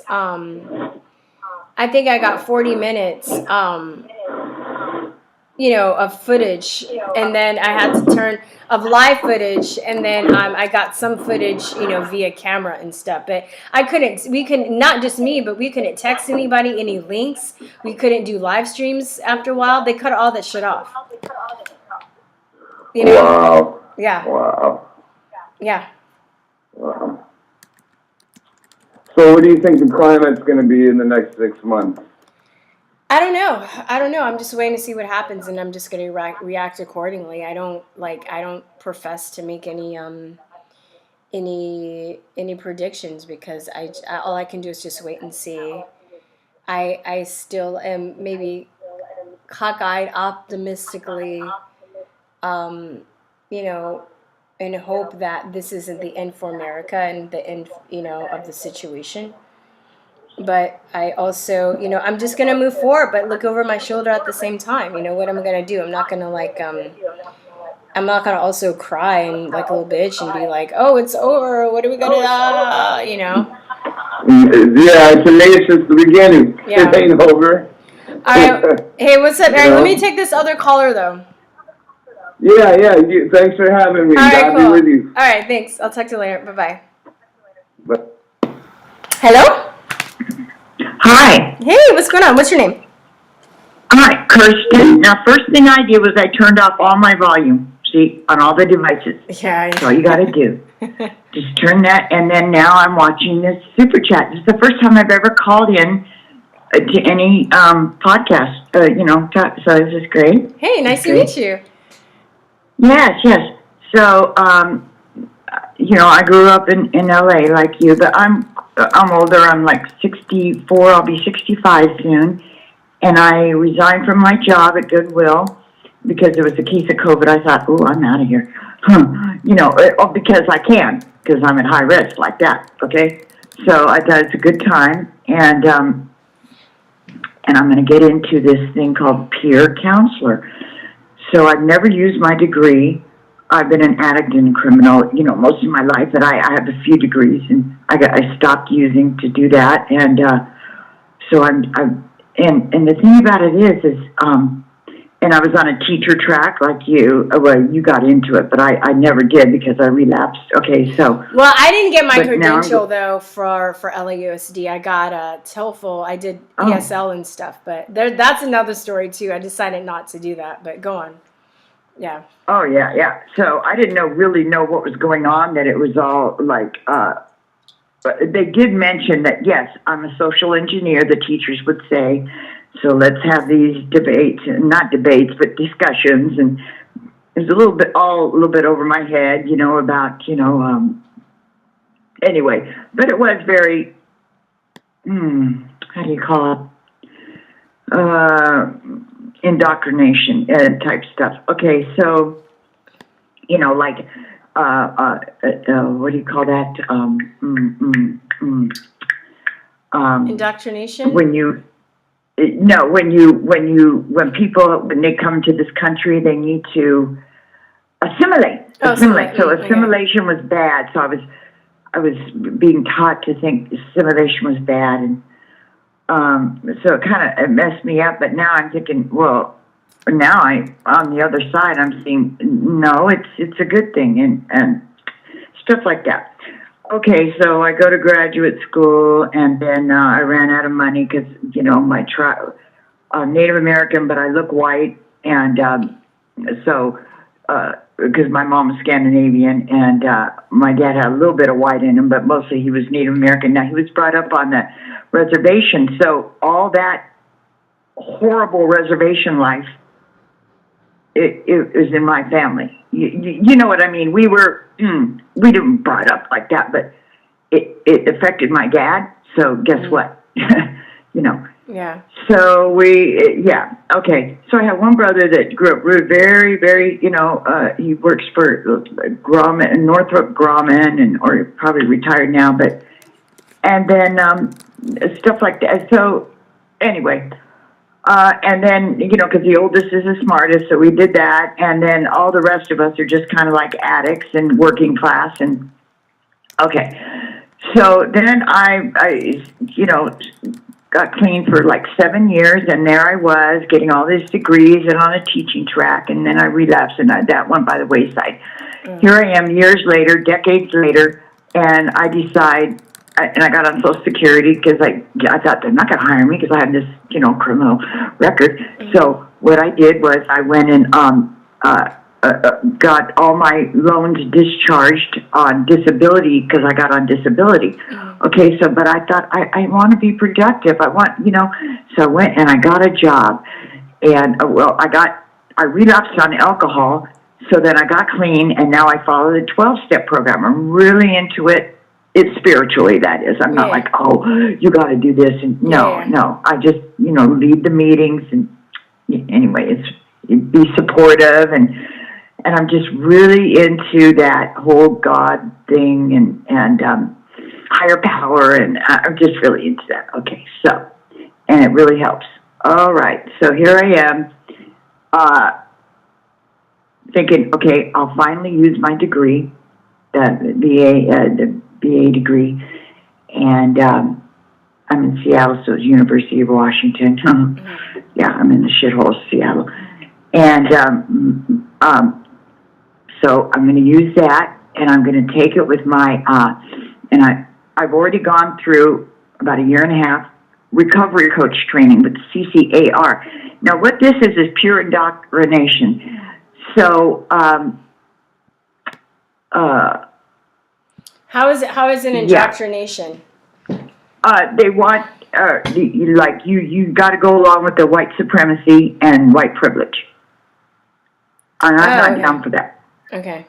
Yeah, and then also, so you take the recovery coach training, and then you get your peer, and then you can go ahead and get your peer counselor degree, and they said, oh, they only pay like $12, $13 an hour. Well, come to find out, no, they're just like $30 an hour. It's just crazy because they have all these grants and money going for this. It's kind of like a critical race theory type of people. They're just so brainwashed. Because guess what? I got a Asian friend of mine. She got me in this community room on Zoom one night because she said, show us some yoga. So I did, and pretty soon we got to talking, and she's really into and all these people had already worked for them or were currently working for just social agencies, and they were totally brainwashed. Yeah, I couldn't believe it. And here I was in these rooms talking to them, and I thought, whoa, and they were in and out and real sketchy. One doesn't even show her face, but she seems to be intelligent and understanding because I just gave my view. I says, it's the content of character. It's not, you know, there's Asian supremacy, there's black supremacy, you could say all that. I said, and everyone's got privilege. I mean, we earn it and we maintain it, and and then finally, and then she admitted, yeah, everybody's got bias. I said, you're damn right, and stuff like that, and so she's very understanding about that. But they just seem to the way they talk was just flatlined. But they really know how to say, do the spiel. So that's what I need to do. So now I need to. They were helping me apply while we're in the Zoom thing. Apply for this peer counselor online training. Oh dear. So basically, the application is a job interview. And she kind of gave me a line to put down, and I thought, oh, I don't want to put that. It doesn't sound real. So I got to thinking about it, and these are some really deep questions, like how do you feel about, what do you think about recovery? What is recovery to you? Where are you at? How can your lived experience help others? And that's all fine and dandy, but with recovery coach and peer counseling, it's the newest, it's the big thing, is that even if you just got done shooting up in the bathroom and you come out and you say you're in recovery, you hold that and you just acknowledge that and you just meet them where they're at. Yeah, you're in recovery. And so I can get down for that, for some money. I can go ahead with that. And I went through the recovery coach thing and I was down for that. But in the recovery coach training, when they asked me about, what's your white privilege or can you give us something like that? And I says, well, the only time that I know I have white privilege is when I'm driving in my car. And I didn't say this, but I said I don't fiddle fuck around and look around and skirl and do all that and fight and argue and stuff. Let's put it this way. I just told them, I says, I don't even get stopped because I'm white. So that's where I have privilege, but I don't know any other kind of privilege because I grew up in the worst. At one point, we had to live in the worst projects. Yeah. I didn't tell them all this, but the worst projects in LA. So I know my dad, Native American, he drank even though yeah, I know. Like you, I had two different cultures. I was, your families, you have two dichotomies. Yeah, definitely. Stuff like that. Yeah. But so basically what you're saying, even like in your recovery program, this whole like SJW nonsense has like infiltrated its way in, right? But not in a 12-step program, because in a 12-step program, at least not in my groups, because I don't play like that. You don't bring ego into it. Yeah. See, that's all ego. That's racist ego, devil. I shouldn't get into that, but it is. I see where you're going with this. Yeah. Yeah, it's spiritual, and I'm just getting down. My whole life, I didn't know I knew spirituality was the key, but I didn't understand it. Now I do, because I'm being programmed by the 12-step thing, which is fine. We're all programmed in some way all the time. Yeah. Okay, but it helps me with my spirituality. It's just, all right. So, but they're not Christian-based, and so you got to be real careful about what you, and I don't say Christian stuff, but you can't do 12-step. So in these I call them interview questions because that's what they are. You don't get, if you don't answer them right, you don't even get to do the training. It's like a personality test almost too. Right? Oh yeah. And so you got to be good and brainwashed, or just really into it. Yeah, personality, just really into it. Now, so, you have to say victim consciousness, heavy victim consciousness. So I have to put myself into that, but I don't want to. And that's unhealthy given what you've gone through. You know what I mean? Like you should be in a state of empowerment, not it's kind of like going backwards. Yeah, and I graduated from drug court, and part of this recovery coach training was you're going to get to help you're going to be a peer counselor for drug court. And I graduated from there. I was the one I was in the groups trying to start this peer thing. But when I went through it, after I went through it, they denied me. But it wasn't drug court, not those people. They're just contracting with them. They have liaisons and stuff. No, it was the culture itself. the Seattle Peer Seattle. It was Peer Seattle. The culture of that, the whole critical race theory. You know, that shit's oh, racist. It's That's even very worse than that. It's worse. It's a totally gay agenda. It's bad. You know, it's so funny. I remember being taught this stuff when I was in college, and I didn't take it seriously. I don't know why I didn't. I didn't. Like, I remember going to college, and I remember being really happy that I was going to finally take some really in-depth like courses on Black history, because we didn't get that in school. Firstly, that's the key. You didn't take it seriously, and I just didn't even. I guess I didn't either, but others do. Yeah, well, you know what's funny? And I've I've been in the Zoom room the other night with them, and it was shocking. Oh, they only said a few things, but it's all hate. Oh, but you know what's funny? Even funnier, I think, looking back on it. I had a childhood friend who he fortunately passed away a couple of years ago, but he was one of the smartest people I knew, and he never even went to college. Like, he figured out, he knew what he wanted to do. He had a job in the fashion industry. By the time he was 19, he was making like $50,000 a year. And but he still was kind of buying into, I maybe need to get a degree and stuff. He was doing fine on his own. And then, but he was like, I was like, yeah, I'm excited, like, this semester, because I went to school in San Francisco, and I would always come back down for the summer. So we were hanging out, and he was like, yeah, you know, like, this semester, and I was like, yeah, I'm going to start taking, like, Black history courses. And he was like, watch out now. He goes, anybody that I know that's taking those classes, they come back and they're super angry. And we were just joked about it. You know what I mean? Like, he was just like, he goes, they're super angry and they're crazy and they're bitter. He goes, don't become like that. I've seen that happen. And he was kind of joking on an observation that he made, but I don't think neither of us knew how true that was or how deep that went at the time. And then I saw some of the people, like, they would take these classes and they would get so angry and so mad at, like, white people. And I'm just like, well, the teacher's a jerk, though. I'm like, I knew how to, like, take what I could for my self-empowerment and then just leave the rest behind. And I would even watch some white kids that would take the classes. Not all the teachers, but there were a couple teachers that were mean to the white kids. And I would just be like, dude, that's not cool. You know, like, they're actually taking these classes because they want to know more about Black history. Yet you're going to be mean to them. Yet you complain about racism. Like, how does that? It doesn't make sense. It's either you can't have it both ways. Either you want people to know about your history and respect it, or you don't. But don't call them a racist when you, like, you know, when they come and take your class, trying to understand you, and then get mad when they leave because you treated them like shit. You know. Yeah, and so white people are racist, and she says, but don't take it personally.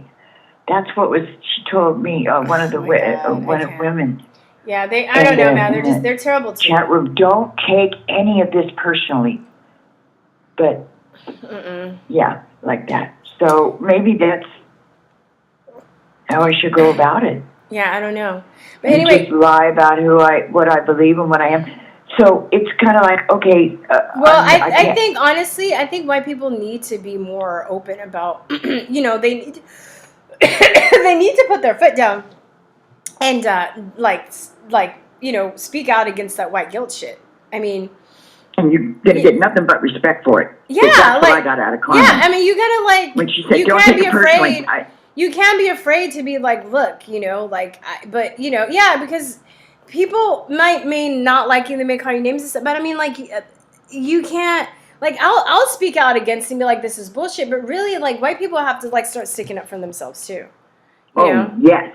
So, okay, so there you go. You know what I mean? Like, it's like. And there was one white guy in there, and he was new to the whole. He just got out of it. He was one of the homeless people living in Seattle, and he goes, yeah, I got to get the lingo down, and da da da da. So he was being like that, and it's like he was going, I don't quite get it though about this race thing, and yada yada yada. And you have to know that you're not racist. If you know that you're not racist, don't let somebody trick you into thinking that you're racist. Right. You know, that's the thing. So, it's like people are like, because and it's weird. It feels like, you know, honestly, I feel like the people that fall for the white guilt really hard are really the racist ones. Because they have this supremacist attitude, and especially like the liberals, right, that are falling for this shit. Like, they might not be physically violent where they're gonna like go and like chop your head off and burn you alive, but they try and keep you down systematically, psychologically, emotionally. You know, they say shit like, you know, oh, if you voted for Trump, then, you know, you have, you know, you're mentally ill. They psychologically, and honestly, it's weird. Like, I've had more. Like, when I was growing up, I was physically more bullied by, like, black kids. But when I got to college, I was more psychologically bullied by white people. Like, that's when, that, like, I've been, like, a lot white liberal psychological shit. Like, white people would say shit. Like, if they didn't like me, they would smile in my face and then spread rumors about me. Like, I have it's pathological. It's that and shit. The symptom of it is when they virtue signal and do what you're saying. Exactly. And And like, my so it was my roommate in college, who I thought we were cool, and then, you know, she would, like, you know, very jealous, very, you know, insecure, smile in my face. Turns out, told a bunch of people like I was stealing her stuff. Never stole anything in my life, you know. But she would also but this is before the word virtue signaling was even around. But she would always virtue signaling about how fair and how not racist she was, and how she's not like, you know. But she was the main one, like, spreading, like, trying, basically destroying my life. And you know how women roll. Like, that's how women psychologically destroy each other like that. You know what I mean? Like, men like beat each other up and shit like that, but women will like, they will like destroy your life, like over stupid shit, over like the fact that your shoes are better than their shoes. Like, that's the shit that I dealt with white women in college, you know. And it's like, I mean, it's just as bad as being physically beat up, I think, or pushed around. It's just a different kind of hate. But now that but then I also had white girlfriends that were not like that. You know what I mean? Yeah. And this guy just put Mean Girls. Yeah, it's Mean Girls, but it's beyond Mean Girls. It's really bad. Like, Mean Girls makes it seem like it's kind of nice and cute and funny and quirky. But, I mean, like, literally, like, destroy your life. Like, you know, like, destroy job opportunities, destroy people. It's like, because people think that you've done something, you haven't you know? Like, you know, these are the bitches that lie on men and say that they were raped by men because they liked a man and the man didn't like them back, and they're like, well, I'm gonna say that he raped me just to get back at him, you know, like shit like that, you know, like terrible. So I mean, and I remember I have this story I've told it every once in a while, but I have this guy's like he's closer to me than my blood brother, but when I was younger, I had a misinterpretation, and my best friend had a crush on him, and she sent me, you know, like when women like other women. I mean, so when women like other men, and you have your girlfriends to like go spy on them, you know, to get info on them. So I'm like all spying and trying to get info on him. And I walked into a room in high school, and he was like, this is what I heard. I heard, if a nigger comes to my house, I'll kill him. And then I went back to my friend and was like, oh my God, he's a racist! Blah, blah, blah, blah. Fast forward, I missed the first 10 seconds. And he said, yeah, my dad says, if my nigger comes to my house, I'll kill him. And he was talking about he had a black girlfriend, and he was taking her to prom. And his dad found out. And he says, you bring that nigger to my house, I'll kill him. So, but I thought he was a racist. I thought he was a racist, and to this day, and it's funny, just through circumstances, we ended up becoming like best friends. Like our families know each other. Like like I said, he's like my brother today. But we often laugh about that, and we're just like, dude. And I hated him. I was like, he's a racist, and you know, like for a whole year, I believed this lie. Yeah, but I will tell you this, because we were on the same school bus. I remember this girl was like, you know, they were trying to pull that slavery shit, and he was like, I didn't like chop off your foot. I didn't chop off Kunta Kinte's foot. And he just goes off on this girl. And even at that time, I thought he was a racist, I still had respect for that. I still respected him for that, because I was just like, well, he may be a racist, but at least, you know, he had the balls to stick up and tell that lady off, because that is true. Like, he didn't have anything to do with slavery. I don't understand, like, why black people get such a kick of trying to make white people feel guilty about slavery. But yeah, it's funny. It's funny. Yeah. Oh yeah, and I didn't mention I have with the Bureau of Indian Affairs and Indian Health Services, I have a voucher for preferential hiring because I have my lineage is Native American. I have some lineage. Yeah, I'm a tribal member, so I'm just I really want to get into this because think about it. At Goodwill, I was just like my hands were just raw. I had to just produce, and I was there for 4.5 years. I did really good, but I'm out now. But I'm here. I am, and I went through cancer this year, colon cancer, but I'm totally free. Like nothing there, no chemo, anything. Yeah. So the thing about it is, I got a new life, and it's a new year, so I'm going to do that, and I'm still going to go through with this what do you call that? This peer counselor degree thing.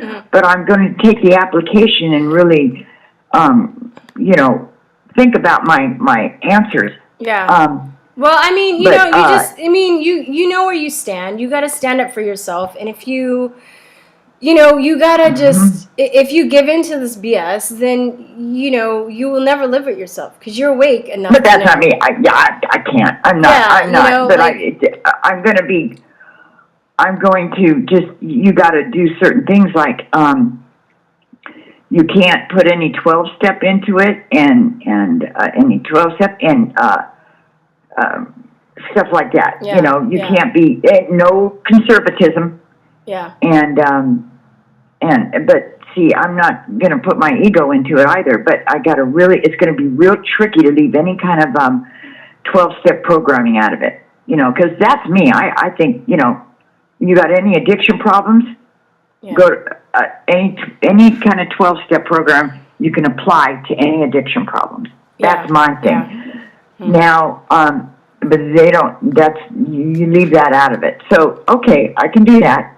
Now, when I help the clients, you help them through your lived experience. Honey, that's all I am. I am just one big lived experience. I won't go into detail, but it's unbelievable.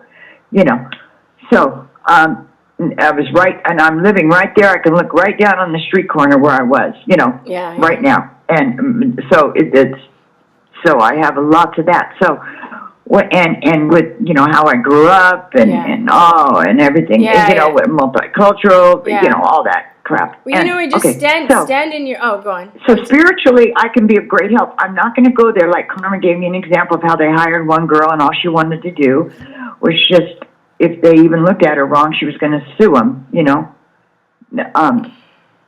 So, and she was peer counselor.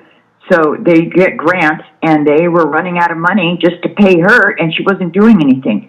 But see, I just want to be a productive citizen, and that's what I want. I want to go in there and be productive, and save people's lives. These are people with, they have mental addiction, substance. They have all these ways of saying it. So definitely, and I think if you're a person that has gone through it, you're one of the best people that can help people that has gone through something.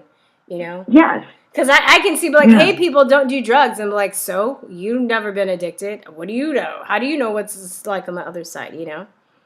So anyway, I'm gonna take this other caller. Okay. Thank you so much for calling. Great. Bye-bye. Oh, yeah. Okay, stand strong in your truth, and good luck with everything. Oh, yes. Okay, bye-bye. You too. Bye-bye. Oh, I thought I had another caller. Okay, well, if anybody else wants to call in, I'll take one more caller. So I think I'll do something. If you are listening, if you guys live outside of the country, you can still call if you connect to Skype through info@TrutherTalk.com. So, okay, hold on. Hello? Hello? Hello? Yeah, can you hear me? Yeah, who's this? It's not going on? What's up? What's up? What's your name? Oh, well, I can't give you my real name, so just call me TK for now. Yeah, that's fine. Give me your fake name. I don't care. Just something I can call you by. TK? Yeah, I'm good. What's up? Basically, I'm just calling to give you a little info. You know, I don't know if you know how much you know about the, what is it, coronavirus or whatever.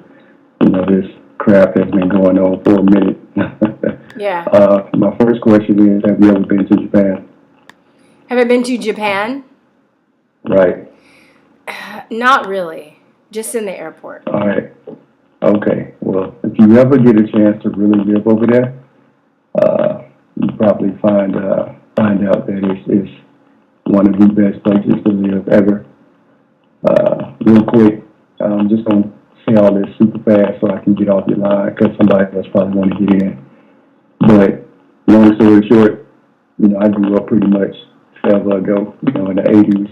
You know, we was a whole lot less crazed out with this racial crap, with the exception of people on the streets preaching this, that, and the other. You know, I grew up around people, you know, putting the fist up and, you know, black this, white that, you know, the man this and all that crap. You know, being young, growing up and all that, you know, I've always questioned the same thing everybody else is questioning. So I'm like, why is it always the man that's messing with everybody? And like, you make it sound like you don't have any control over yourself. You know, just get your butt out there, do some hard work, get everything going, and you're good. You don't have to keep hollering about this race crap because it's not as real as you're making it out to be. You're crying for nothing. Yeah. You know? Seriously, yeah. Being in the military, that's one reason I can't give you all this real stuff. But, oh, yeah, that's fine, dude. You know, I was living in Japan. You know, I just so happened to be there for a little while during this so-called Corona thing that kicked off. It happened to kick off while I was still living over there. So I'm back in the States now. But living over there is awesome. Number one, you know, they love anybody that comes over there. Anyone, you know. The only thing they don't like specifically is if you do not respect their culture. That's pretty much it. Other than that, you can live your life the way you want to. I actually, who you want to, and just go. I actually wanted to go this year, but since I lost my job, I didn't have enough money to save up for to travel. But that was my goal, to actually go. I actually have I have cousins. I have a cousin whose wife's Japanese, and they have 3 kids who I haven't even met yet. So I have Japanese family, and I have like 3 or 4 friends living over there. So I actually have a reason to go, and I wanted to go this year. It's beautiful. Yeah, I've heard it's amazing. amazing. It's a beautiful place. The air is clean. You know, the food tastes great. It's healthy for you. Yeah. You know, and it's real food. So, like, what else could you want, you know, when it comes to that? I've heard, Japan's definitely on my bucket list.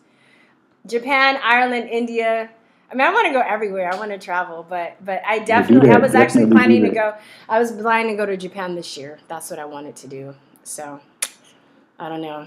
I don't know what that's gonna look like, because as far as the get over there. Get your not with the mask shit though. I'm gonna have to wait and see what happens with that shit, because that, you know, Maybe I'll raise some money and send you over there myself. I don't know. It's nice though. I'm glad. So what else do you want to tell me? I didn't mean to like doing go off on a little tangent. Corona thing or whatever, you know, I ain't mean to get off on that, but doing that, they closed the whole place down, of course, you know what I'm saying? It was Corona, whatever, that's how it went. But I'll say about a few months later, not even long, you know, they simply just opened everything back up with the exception of certain hot spots. And pretty much everybody got back to life, you know. And, you know, over in Asia, you know, they're used to wearing masks and, you know, all the time. But they do it, of course, to protect others from themselves if they are sick. Yeah. You know, it's just something standard. Yeah, I lived in Taiwan for 2 years. About the mask wasn't big over there. I lived in Taiwan for 2 years. So when I lived, I lived in Taiwan. Awesome too. When I lived in Taiwan, people would wear masks. I still couldn't do it. I tried. I was like, I can't. But the thing, you know, what's funny, TK? I noticed the people that wore masks, they still were always sick anyway. So I was just like, it doesn't matter. Exactly. It doesn't, like, they were always getting sick. So, you know, Why would you I know? mean, I'm a science nut, so I'm really into science. But then at the same time, I'm into someone who adores science greatly, which happens to be God. But I won't get into that. You don't separate science and God. It's just not something you do. Yeah. It's like trying to separate you from you. Yeah, it is. Yeah. But whatever. I'm not gonna, preach or whatever. I'm gonna get off that. But yeah, I'm pretty much writing a book about how the differences are. But that's something in the future, maybe a year from now. That's basically awesome. the difference in technology and the way that we live. But that's a whole other story. My question to you is, do you really think it's more racist now than it was then? I mean, because realistically, like I said, growing up back then, it was just very different. And right now, it's just stupid stuff going on. In my personal opinion, I'm just curious to know what you think. Like, do you think it's real racism now or manufactured racism? Or racism, to me, now that I'm older and I look back at a lot of stuff, I think that racism has always been manufactured.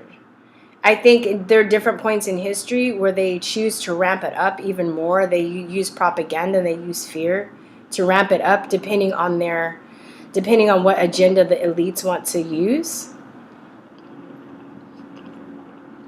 Right. Does that make sense? Like that's what. So I mean, my mom grew up during Jim Crow. My dad grew up in Colorado, so they didn't have segregation laws, but he still experienced a lot of racism. He would probably say that racism isn't as bad as it was then. My mom would probably say the same thing. Because it's like it was integrated into the laws, right? But now it seems like with this mask thing, it's getting just as bad as segregation, because the people that have questions about the coronavirus, they're saying that we're unclean. Like when I went to, we drove up to DC. One of my girlfriends and I drove up. We went to get the rental car, and we don't wear masks. And the lady was like, we'll just help you outside. And then my friend, grew up in South Africa. She's like, damn, I feel like I'm back in apartheid days again, So it's and that was, and if you think about it, that's why they had separate water fountains and separate things, because they thought that black people were unclean. So it's like whoever the controllers are, they can basically switch out one group for another group. It doesn't have to be. It can be ethnicity. It can be race. It could be who wears a mask and who doesn't. It can be who's a Trump supporter, who isn't a Trump supporter. It can be, look at that movie Willow. Like that, it was all about height discrimination. Whoever the controllers are, they can basically, create the divide and conquer model and then just apply it to anything. Yeah, you're right. That's good. Well, at least, I will say one thing. You definitely sound like someone who has a head, a brain, someone who can actually think, because it's just disappointing to see this society today with how many people that just don't use their brain. I mean, it's crazy. Yeah. I mean, you can give someone evidence like right in their face, and they will literally close their eyes and say it's not there. I don't see it. I'm like, are you freaking serious? Yeah, well, this is where I take it back to the spiritual world too, because I think a lot of it has to do with ego. If you're gonna believe a talking head that you never met, as opposed to your good friend that you've known for 30 years, and you're gonna choose the talking head over your good friend, then it is brainwashing involved, but there also is some other stuff that's in there too. You're right. It's pretty deep, but it's just a little too long to talk about. Yeah. But I'll probably speak to you another time. I want to make sure you get whatever you need for your channel. Keep it going. Keep telling the truth. And stay who you are. Thank you. Thank you so much. All right, guys. Thanks, TK. All right. Bye-bye. Have a great day. All right, y'all. I'm about to bounce. But I want to say, if you guys are international, I had one guy, Billy Ray. I've seen him a lot. I would definitely like to talk to him, especially since he, if I don't know if he's still in the chat. If you get this, if you're from Ireland or from anywhere, I love talking to people from different parts of the country. From different parts. Everybody, but I would love. I want to know what's going on outside of the U.S. and what your thoughts are. You can contact me via Skype through info@TrutherTalk.com and connect with me there. And then you should be able to call through Skype there if you still want to call and you live outside of the United States. That would be awesome. Maybe I'll make another separate video telling people how to do that. And see if we can do that. We might have to do something where you send me an email and give me your email, and then I can connect you that way and then just set you up so then you can just call in automatically. If that doesn't work, I'm definitely open to doing that. So yeah, that'd be great. So let me do my promos. And hot guy. Okay, anyway, if you want to support this channel, become a Patreon on subscribe, become a patron on Subscribestar or a patron on Patreon. Please join our email list. Follow us on Gab, Chute, Brighteon, Steemit, DTUBE. Listen to our episodes on SoundCloud. Follow us on SoundCloud. You can purchase our Conspiracy Realism 101 course. You can also buy our Conspiracy Realist t-shirts and